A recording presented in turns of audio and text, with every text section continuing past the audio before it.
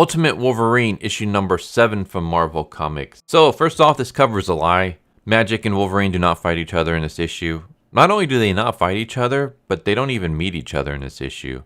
Not only that, there's no fighting whatsoever between anybody in this issue. There's no action scenes. This is a talkie issue. All we get is talking. In fact, we start off with some talking where we have Wolverine on top of a cooling tower. He's kind of just brooding over the fact that he was the Winter Soldier, that he was fighting against his old friends, that he killed some of his old friends while being mind controlled. And of course, Kitty goes up there and tries to tell him that it wasn't his fault, but he says that doesn't really matter. Like, even though they wound me up and turned me loose, it was already there inside of me. So we just have a lot of this. A lot of Wolverine brooding over what he did. Kitty trying to tell him it's not his fault. Trying to tell him that Kurt and Mystique, like, they knew what they were doing when they signed up to join the Resistance, and that they fell to the Eurasian Republic, not to Wolverine. But of course, Wolverine doesn't really buy this. I enjoyed this scene. I thought it was well written. I also like the fact that we have a character that's taking responsibility for his actions. Even if he was mind controlled, he's still responsible. Like, he still feels like it was him that did this, which is something that sadly I don't see a lot of in modern comics, where characters take responsibility for their actions, especially, how should I phrase this, what I would call industry plants. Characters that the publishers want to push, but the fans aren't really accepting. You get a lot of those characters that are basically villains, only we're supposed to be rooting for them, and they never take responsibility for any of their actions. So it's nice to see a character that actually is like, no, even though I was mind controlled, like, that was still me. Like, they still died to my hands. So that's nice. Meanwhile, we have Dr. Alanya. She's the one that was responsible for the Winter Soldier program. She is talking to this other lady about the fact that Wolverine is loose, that they lost him, and they have no idea where he's at, and they need to find him before the leaders discover that he's missing. Unfortunately for her, Omega Red shows up, kills her friend, and says that we already found out about this. And she tries to make an escape, but he grabs her and drags her over to Magik, and Magik pulls her into Limbo. We get a confrontation between Logan and Sabretooth, where Logan is pissed off at Sabretooth because they made a promise that if Logan was ever captured and brainwashed and stuff, that Sabretooth would go out of his way to go kill him. And Sabretooth didn't do that. And Sabretooth's like, you should be thanking me because I saved you. Not only that, but he also says, like, how was I supposed to know where you were at? How could I have helped you until you showed up at my bar that night? And then even then, Logan's like, you should have killed me that night. And Sabretooth is like, I was trying to save you. I was trying to bring you back. And I did. So you should thank me. There's also the fact that Sabretooth kind of lost that fight. Black Widow's the one that saved Sabretooth in the end and was the one that tranked Logan, if I'm remembering that correctly. So, yeah, but it's just some macho BS between them. This is a scene that I kind of liked, though it was a little bit weird to read. It's the scene where we have Dr. Alanya in Limbo, and Magik is there, and Magik is basically kind of like taunting her. She's basically saying that, Limbo is very much real. All these demons I control, they serve me, they're my servants. And for your failure, do not think that they won't rip you from limb to limb. And then she has the demons, like, just grab all the different parts of the doctor, like her arms, her legs, even her hair, and just start yanking it in different directions, basically torturing her. We have this scene where, like, she's begging, like, the doctor is begging, like, please forgive me. I have a way to destroy them all, to destroy the Resistance. I beg of you. And Magik is like, yes, doctor, beg. Beg like the dog you are. And I'm like, this scene was cool, but it's just so weird for me to read it, because at the same time, I'm also reading and covering the Magik standalone series. And I know this is like separate universes, that the Ultimates and the 616 are not in the same universe. It's still just very weird to read one series where Magik is a good guy, whereas here, Ilania is very, like, messed up. I mean, she's taking pleasure in torturing this lady with her demons. She's telling her to, like, beg like the dog you are. It's just a weird whiplash to go from the good girl Magik to evil see you next Tuesday Magik. But I did like the scene a lot. And I actually kind of would like to see a Ultimates Magic series, like a spin-off. Just Magic and her army of demons in Limbo, and her like using that to battle her enemies and stuff. I think that would be kind of cool. Then again, I just really want to read a series where Magic is the queen of Limbo and she's using her demons like as a demonic army to fight her opponents. I'm sure there's stuff out there, but I don't know if there's like stuff that's like fully focused on just her, or if it's just like part of a already like big storyline with other characters. But yeah, we get to the Resistance group where we see that they're being led by Mikhail, aka Angel. So Colossus is a Magic's sibling, and he basically just kind of talks about the fact that I know people are a little bit wary of Logan, but he's reformed, he's changed. You don't have to fear him anymore. Like, I too was once a subject of the Eurasian group. Like, I was their leader, I was their trusted leader, until I saw that we were going down a dark path, and then I faked my death, and now I'm leading the opposition. Like, if I could get a second chance, anyone should be able to get a second chance. So give Logan a second chance. And then they basically talk about the fact that there is this island called Snake Island. It's a prison, and that's where the doctor has been taking a lot of mutants. Like, they've been kidnapping mutants across the globe and experimenting on them, and we want to go there and free them and basically build up our army.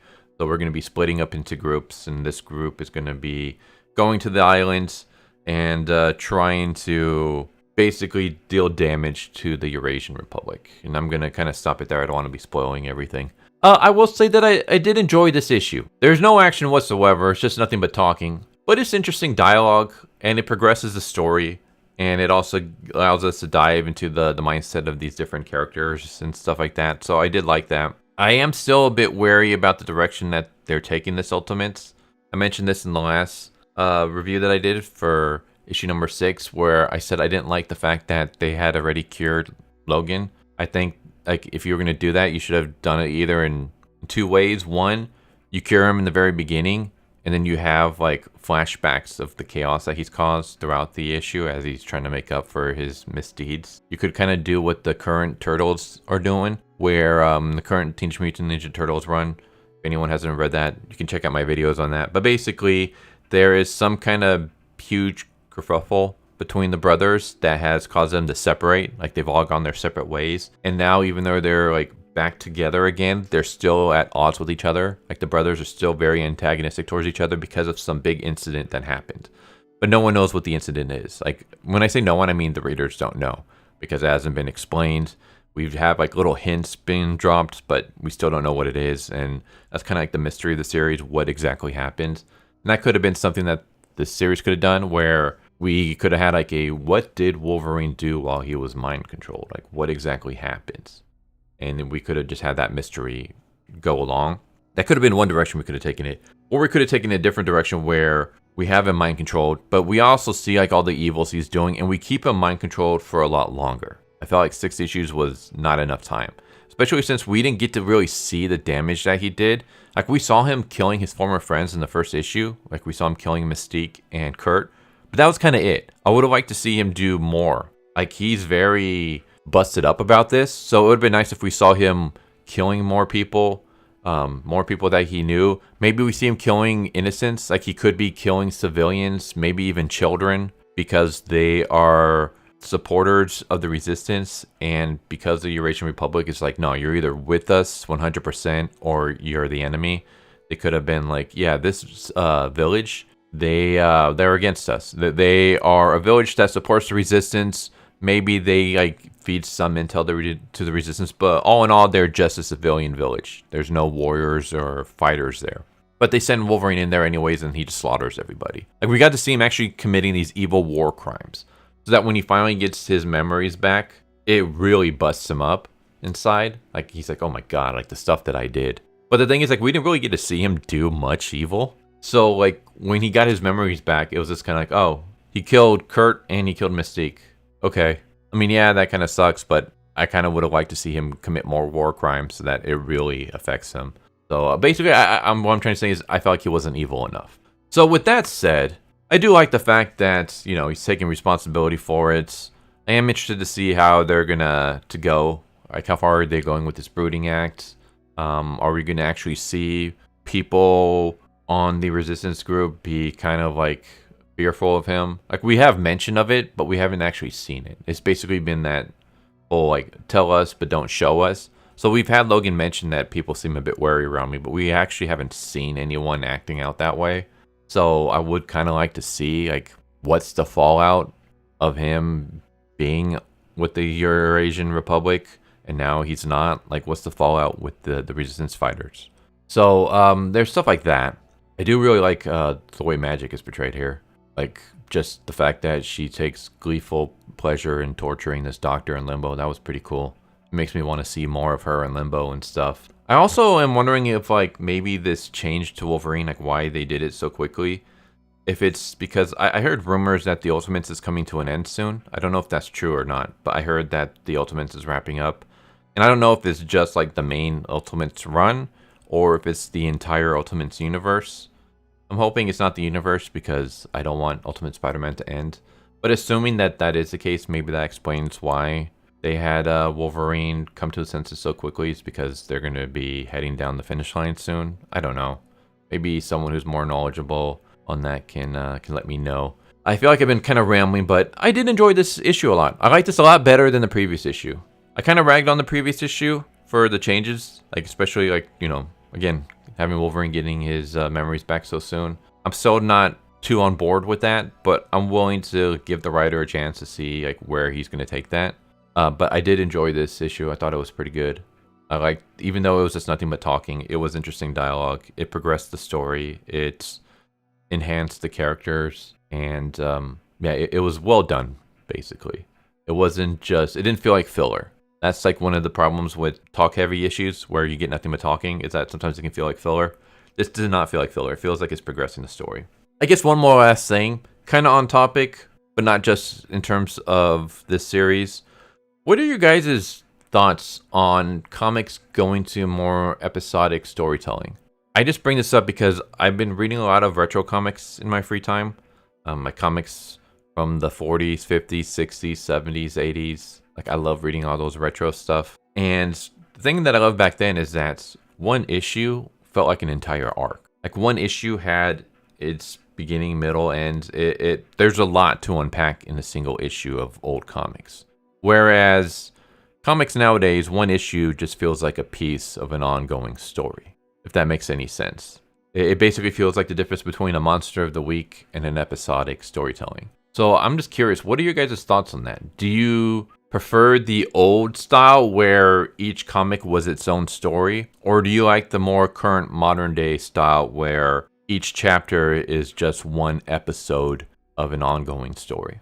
I have mixed feelings. Like, I like both the one-shot kind of style storytelling as well as the ongoing. Like, I think both of them have their places. I would like to see more one-shot type storytelling in modern comics. I feel like we don't get enough of that. It feels like everything is kind of episodic. But I'm not opposed to it. I'm just kind of curious. This is one of those things where, while I was reading this, I just kind of thought how different this style is compared to like some of the older comics I read, and I'm just curious what people think about it. But yeah, this was good. I like this. There you go.